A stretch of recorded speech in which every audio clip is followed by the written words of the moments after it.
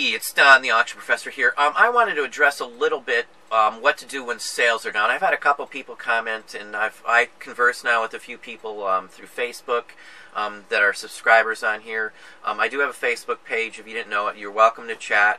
You're welcome to make comments on there too. I don't check those nearly as often as I do YouTube, but I do check them, a couple times a week.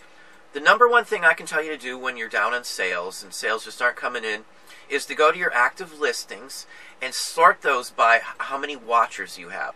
You literally click the watchers column and sort it by the amount. So you want the highest amount of watchers at the very top of that page. And then what you're going to want to do is you can do a sales event, 30% off or however much percentage off you want to do, and only put the items that have 2, 3, 4, 5, 6, or 7 watchers on them on sale. For us, sometimes that might be 200, 300 items, maybe 400 items even on some cases, where I've had 2 full 200 count pages of just items that have multiple watchers on them. And then we'll go in and we'll do a sales markdown. We'll broadcast that out to people, and it'll have literally those items, only those items on sale. Usually we'll drum up some sales right off the bat. 2 or 3 items will sell within, an hour or so, an hour or two. People have these on their watch list, and then eBay sends out a notice, an item on your watch list is now on sale. So that's how you make quicker sales. You may have it overpriced. You may not know. If you have 6 or 7 watchers, it's been up for a couple months, your price is probably off. So let's go ahead and just put it on sale. I can tell you that always works for us. We always sell more items when that happens. Always. What we'll do is we'll sell them for a week. We'll do a week sale. And sales, hopefully by that point, if that's the case, have went up hopefully within that week. And then we can move on and take the sale down. If they haven't, just copy it and then restart the same sale again. It's that simple. Other issues that can help you push sales is always answer questions right away. If somebody asks you a question, don't wait a day or two to answer them. If they're asking about an item, they may be interested in buying immediately. So go ahead and answer that right away. Always answer them. Don't wait. Don't wait till you get a bunch. Don't say, hey, I'll do it later. Answer them right away. That can help boost your sales. Some days we'll have 10, 20, 30, 40 questions on each one of our accounts. We answer those right away. I don't care if it takes 10, 20, 30 minutes, an hour out of my day. I answer those right away. Half the time we sell something immediately after answering them. So those are always good things to do. Answer right away.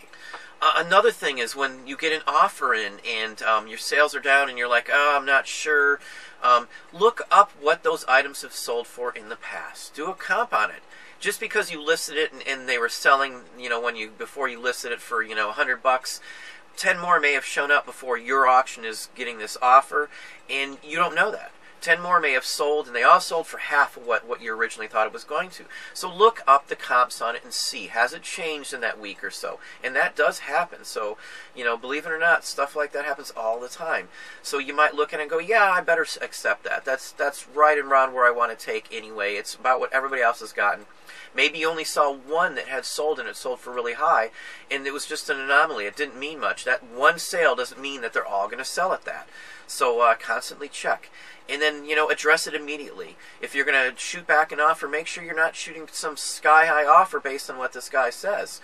But even if they give you some screwball offer like $1 or $2 or $3 on a $100 item, always counter back. They might get lucky doing that. They may send in offers, real low offers to 200, 300 people and get a couple people that take it, and then get an item that they can make a huge profit on. So, you don't know their mindset. Always answer, always be polite. Don't take it as an insult. If they keep coming back with these ridiculous offers like 2, 3, 4 cents more, I always just block them after I refuse the offer and be done with it and move on. But those are key issues that we've had and things that we've been able to do to improve sales. You can always go through and again do comparable comparisons to the item prices you have on items that you've had up for a long time. Check another look at the pricing. Has the price changed since you actually listed these items? In many cases, we've had items up for 2 years. There's items that possibly we could have had as long as 3 years up. I don't really worry, but we go back and check them. We put numbers on everything like A1, A2, A3, A4, and that way we can tell where items are and when they were listed. We keep track of when those numbers and letters were used for items. That way, this item had been up for a year. This item had been up for 2 years. You can't really track those on eBay if you're relisting things and then deleting the old listing. When you do that, you're starting a whole brand new listing when you're doing like every 30 days relisting. I know some people say that it helps your search ranking and the whole works. I don't find a huge difference. In some cases, if I'm listing from an auction to a fixed price, there will be a difference, or vice versa. But not when I'm going from a 30-day fixed price to a 30-day fixed price. I just don't see the difference. I've done it all. I don't see the difference at all. But those are issues and things that you can do. Check your prices.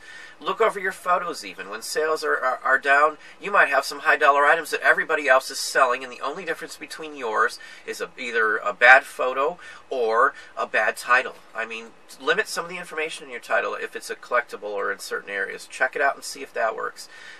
Mix up the photo a little bit. Change the photo. If it hasn't sold and you've had it up for a couple months, rewrite the title. Use the same wording if you feel those are the right words, but switch them around. Put keywords in the front. On some, if they're searching from their phones, all the wording may not show up, so you want like the first 6 or 7 words to be the keywords you see, like in a Google search even. Sometimes they're abbreviated titles, so you're missing the last, say, 6, 7 words, and you may have the keywords in those last 6 or 7 words. So those are just issues and things that you can look at and try to address to help fix your sales. They worked for us. We've changed our listing practices. We've changed our titles in many areas, permanently switched around. We always look at competitors and what competitors are doing. If they have something and they changed over an entire system that they do, or changed how their photos go, we're going to think about doing that too. We'll test it and run a test, and then if, say, 100 listings that improved sales versus 100 other listings that just didn't use those features or those subjects or those title changes or photo changes, then we'll address it from there. But run a test, see if it works, or look at what other people are doing. Competitors are always a good source of information. You don't have to converse with them. You just look and see. Look at other cards or other clothing items or whatever you're selling. Look at other people, what they're doing. A lot of people with the way they roll up ties to take photos of ties, or the way they flat shoot down on shirts or clothing and things like that. If that works for them, it may be a good option for you too. So those are just some things you can do to address slow sales. Right now, your sales shouldn't be that slow. Hopefully, ours have been up and up this month. Usually after a bunch of holidays, sales usually go down. We track our sales. Last month was slow for many people. Ours wasn't very slow. It kept in line with what we've done the last 2 or 3 months in drops. But this month's made up for it already, so we're moving on. The end result is you want the end of the year to be a certain point. Getting there doesn't really matter if you have an up month and down month. It's the average you want and what you're going to end up the end of the month, or the end of the year, or whichever time frame you're looking at. For us, we always have an increase, 20% or whatever over the prior year in many categories. We're shooting for big growth, so that's what you want to look for. So track it. See when you were down. If you're worried now because you were down, you may have been down the same time last year and the year before that, so you just don't know it, and you're worrying for nothing. Don't worry yourself out for all the small things. It's just too stressful. It can be too stressful to your health, and it's just not worth it. You're going to do what you're going to do with the sales. You can fix it and address it. If all else fails, you can ask somebody else. You can have somebody look over your stuff, whatever the case may be. But there's always options. You just need to dig into it and be able to tell that. And keeping track and paperwork and tracking what sold, when it sold, and how it sold, that's going to help you figure this all out.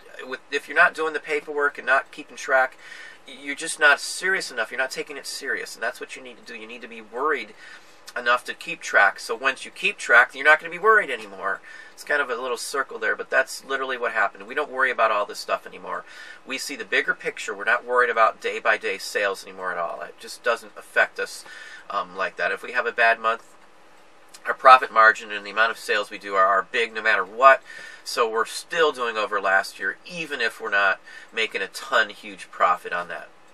But we compare it to last year, and we still sell a bunch. Even if we're down a little bit, we're still making more than enough to sock money away into accounts and to pay all of our bills and to still keep money gaining and accumulating in the bank. So for us, that's what we're looking for. We want a slush fund so we can have more and more funds to buy bigger and bigger items and bigger lots, and to help fund some of our other projects. So I'm well on the way to doing our next resin casting, and this one's going to be a big one. This one's one that we can have copyrighted, which we're going to do. I've got a trademark pending right now, and we're looking towards making more money and addressing this, to have items that we can sell, you know, huge for Christmas, packaged professionally, sold through our own name brand on Amazon.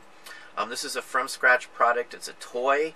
It's hopefully something that's going to go very well for us. And I will be doing little previews on it. I'll probably give one away here on the channel.